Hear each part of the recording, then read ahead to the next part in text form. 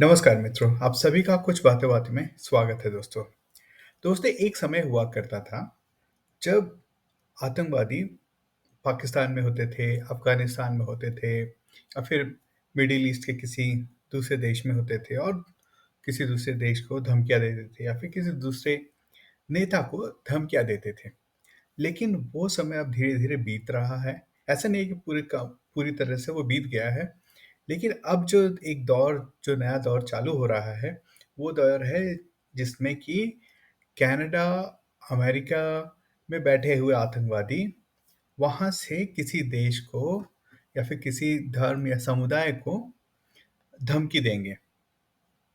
उसका एक उदाहरण जो है आज आया है हुआ है और वो उदाहरण दोस्तों वो है कि एक आतंकवादी खालिस्तानी आतंकवादी गुरपतवंत सिंह पन्नून जो कि एक खालिस्तानी आतंकवादी है और ये रहता है कनाडा और न्यूयॉर्क बेस्ड है बेसिकली।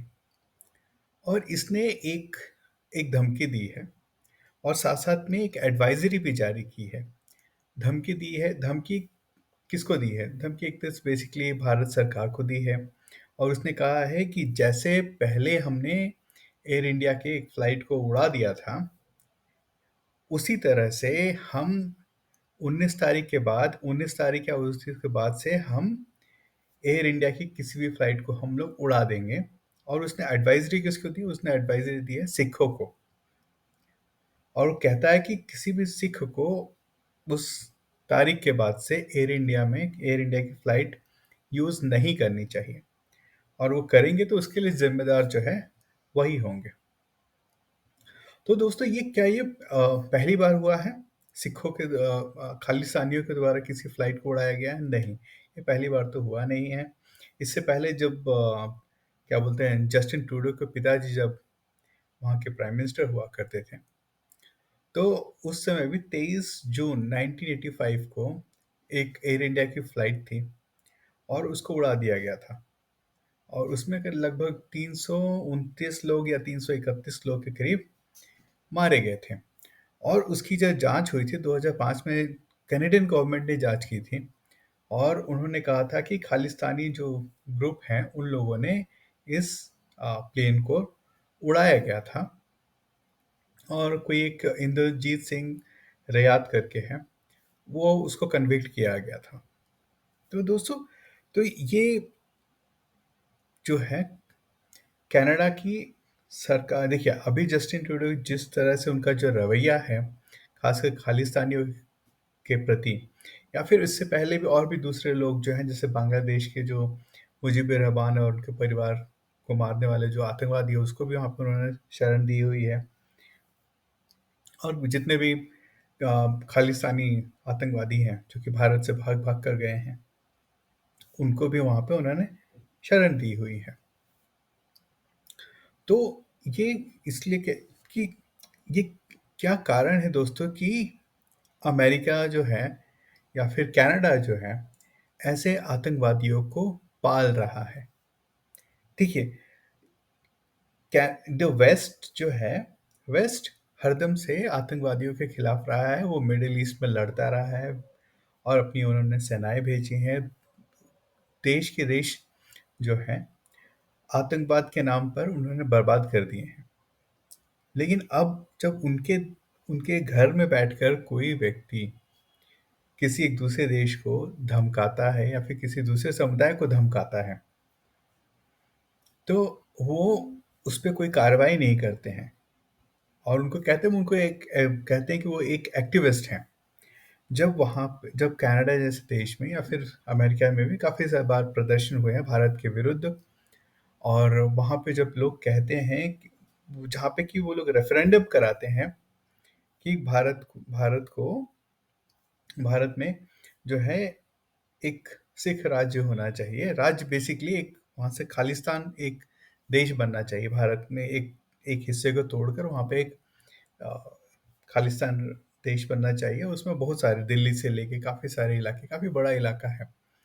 ठीक है दोस्तों, तो ये एक जो आता है कि भाई ऐसा क्या है।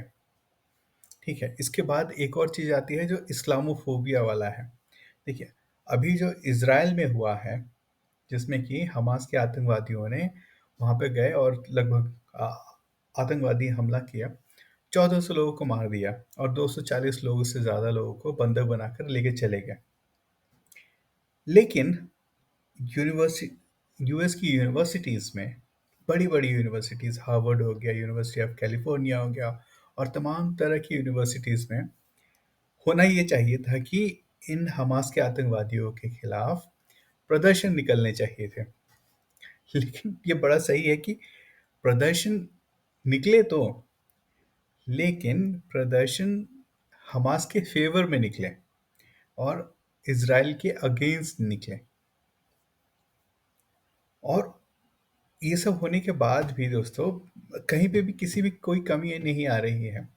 इसी तरह से आपके जो यूरोपियन कंट्रीज़ हैं, वहाँ पर भी जो है इसी तरह से हमास के फेवर में रैलियाँ निकल रही हैं।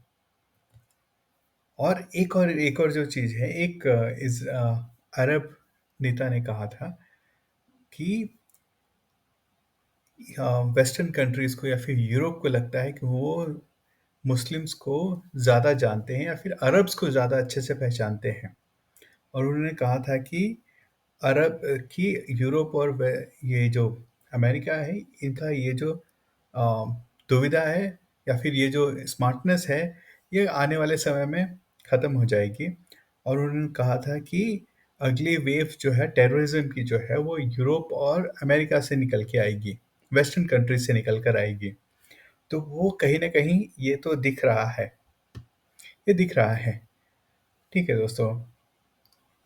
और तो ये तो कुछ उदाहरण मैंने आपको दिए हैं जिस तरह से वेस्ट, एक तो उनकी क्या मजबूरी है ये समझ नहीं आता है। ठीक है। खासकर आप जब खालिस्तानियों के बारे में बात करते हैं तो एक जो चीज़ मुझे लगती है कि कहीं ना कहीं उनको लगता है कि ये जो इनके एसेट्स हैं, गुरपतवंत सिंह पन्नू जो है, कहा जाता है कि वो आईएसआई एनसीआईए का एक तरह से एजेंट है या फिर उनके पेरोल या फिर उनका एसेट है। और ये जो है जितनी भी बातें कर रहा है या फिर जो भी भारत को धमकी देना या फिर भारत को तोड़ देना, वहाँ पे खालिस्तानी देश बनाना, ये सारी जितनी भी चीज़ें बातें कर रहा है वो ऐसा हो नहीं सकता है कि अगर सीआईए चाहे तो ये बंदा बंद ना करे। तो कहीं ना कहीं एक और जो कल मैंने एक वीडियो बनाई थी वो बांग्लादेश के ऊपर थी और मैंने कहा था कि कहीं ना कहीं अमेरिका जो है या फिर जो चाइना है, कम्युनिस्ट पार्टी चाइना का सीसीपी जो है, चाइनीज कम्युनिस्ट पार्टी है, वो नहीं चाहते हैं कि भारत जिस स्थिति में है वो उस स्थिति में रहे। वो चाहते हैं कि एक भारत मेलो डाउन वाला देश बना रहे, उनकी जी हजूरी करने वाला देश बना रहे। तो मुझे लगता है कि इन खालिस्तानियों का इस्तेमाल यूएसए, कनाडा कर रहे हैं ताकि भारत को एक ऐसा व्यक्ति उनको दबा कर रखा जा सके। और उसके लिए एक तो ये खालिस्तानी वाला मूवमेंट हो गया। कल जो मैंने बात की थी बांग्लादेश वाले के मूवमेंट के ऊपर, कि कैसे बांग्लादेश को अस्थिर बनाकर भारत को प्रेशर में डाला जाएगा और वहाँ से रेडिकल इस्लाम जो है उसको इंपोर्ट करके भारत में, एक्सपोर्ट करके भारत में लेके आया जाएगा।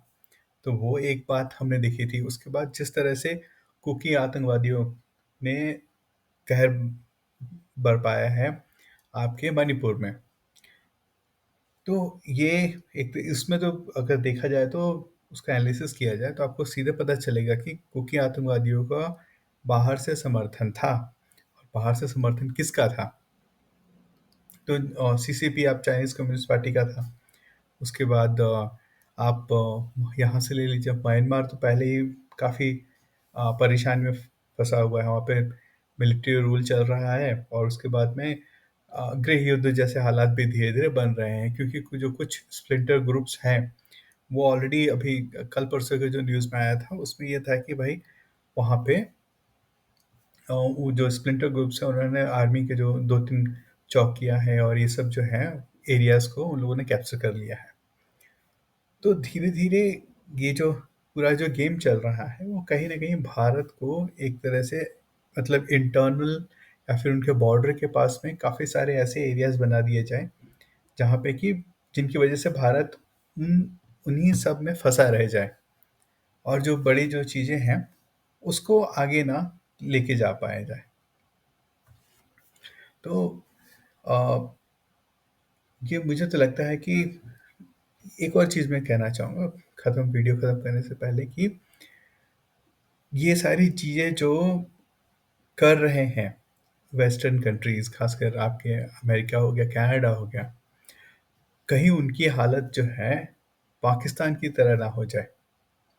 उसके पीछे कारण है दोस्तों, देखिए लंबे समय तक 40-50 साल से 60 साल से पाकिस्तान ने भारत को एक तंग करने के लिए, उससे उसको परेशान करने के लिए आतंकवादियों का समर्थन किया, उनको पाला पोसा और सब कुछ किया, आर्म किया, ट्रेनिंग दिया, सब कुछ दिया और भारत में उनको आतंकवाद के फैलाने के लिए यूज़ किया।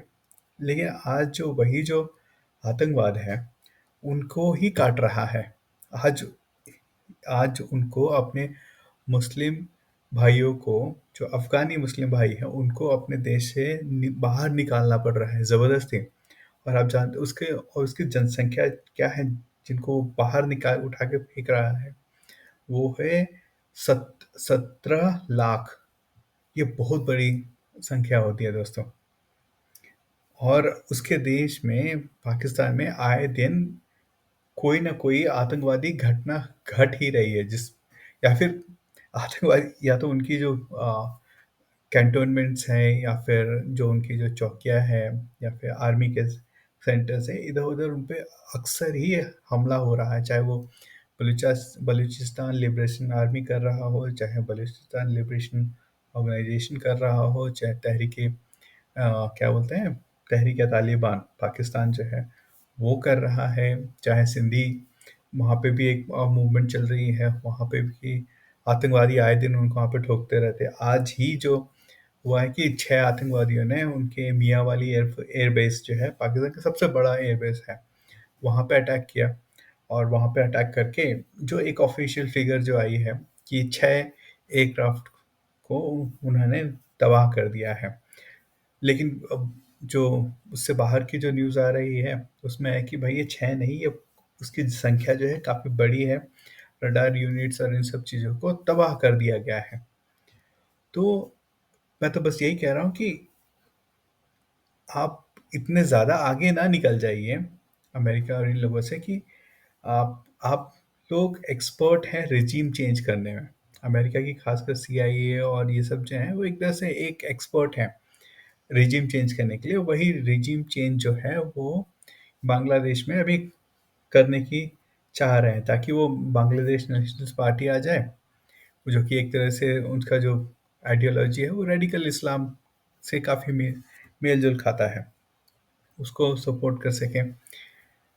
तो ये सारी चीज़ें हैं, मुझे जो लगता है कि उनको ध्यान रखना चाहिए कि कहीं ऐसा ना हो कि अपने ही जाल में वो फंस जाएं। और ऐसे देखिए, और जो ये रिजीम चेंज जो है, ये पहली मतलब ऐसा नहीं है कि वो भारत में रिजीम चेंज करने का या फिर मोदी को हटाने का प्रयत्न नहीं कर चुके हैं। वो भारत में भी मोदी को सरकार से हटाने का प्रयत्न कर चुके हैं, चाहे वो अब जिस तरह से आपके फॉर्म लॉज के अगेंस्ट में जितनी बड़ी रैली चली थी या फिर जितना बड़ा आंदोलन चला था, कोई दूसरी दूसरी सरकार होती तो शायद उसको हिंसक तरीके से उसको ख़त्म करने का प्रयत्न करती। और ऐसा नहीं कि भारत में ऐसे पहले कभी हुआ नहीं है कि हिंसक तरीके से प्रदर्शन को ख़त्म किया जाता है, ख़त्म किया गया हो। लेकिन ये सरकार ने ऐसा कुछ किया नहीं और धीरे से उसको उस मामले को सल्टा दिया, वापस कानून बिल ले लिया, उसके बाद मामला सलट गया। उसके बाद आपका जो सीएए का भी चालू हुआ, वो वाला मुद्दा भी काफ़ी तूल पकड़ा। भारत के विभिन्न इलाकों में सीए क्या बोलते हैं, प्रदर्शन की साइट्स बनने लगी। लेकिन उसको भी धीरे-धीरे करके उसको भी समाप्त कर दिया गया। वो और धीरे से, और इन सारी घटनाओं में कहीं पे भी किसी की जान-माल का नुकसान नहीं हुआ। माल का नुकसान तो हुआ, क्योंकि जैसे जो फार्म लॉस चल रहे थे उसमें एक एक दिन में जो मेन हाईवे है वो, जो दिल्ली को कनेक्ट करता है बाकी दूसरे देश के भागों से, उसको उन लोगों ने जाम कर दिया था। तो काफ़ी ज़्यादा वहाँ पे क्या बोलते हैं, बिजनेस का लॉस हुआ था वहाँ के लोगों के लिए। लेकिन एनीवे ये चीज़ सफल नहीं हुआ। ये देखना है कि क्या वो बांग्लादेश में सफल हो पाएंगे या नहीं हो पाएंगे। और देखते हैं कैसे चलता है, से तो समय ही बताएगा, क्योंकि ये सारी चीज़ें काफ़ी समय लेती हैं उनको भलीभूत होने में। और उसके बाद देखते हैं कैसे चलता है। अभी तो 2024 के चुनाव आ रहे हैं और वो अपने आप में एक चुनौती है भारत की सरकार के लिए, कि वो अच्छे से आराम से शांतिपूर्ण तरीके से हो जाए। तो दोस्तों, अगर आपको वीडियो अच्छी लगे तो लाइक एंड शेयर सब्सक्राइब करें। फिर मिलते हैं। धन्यवाद दोस्तों।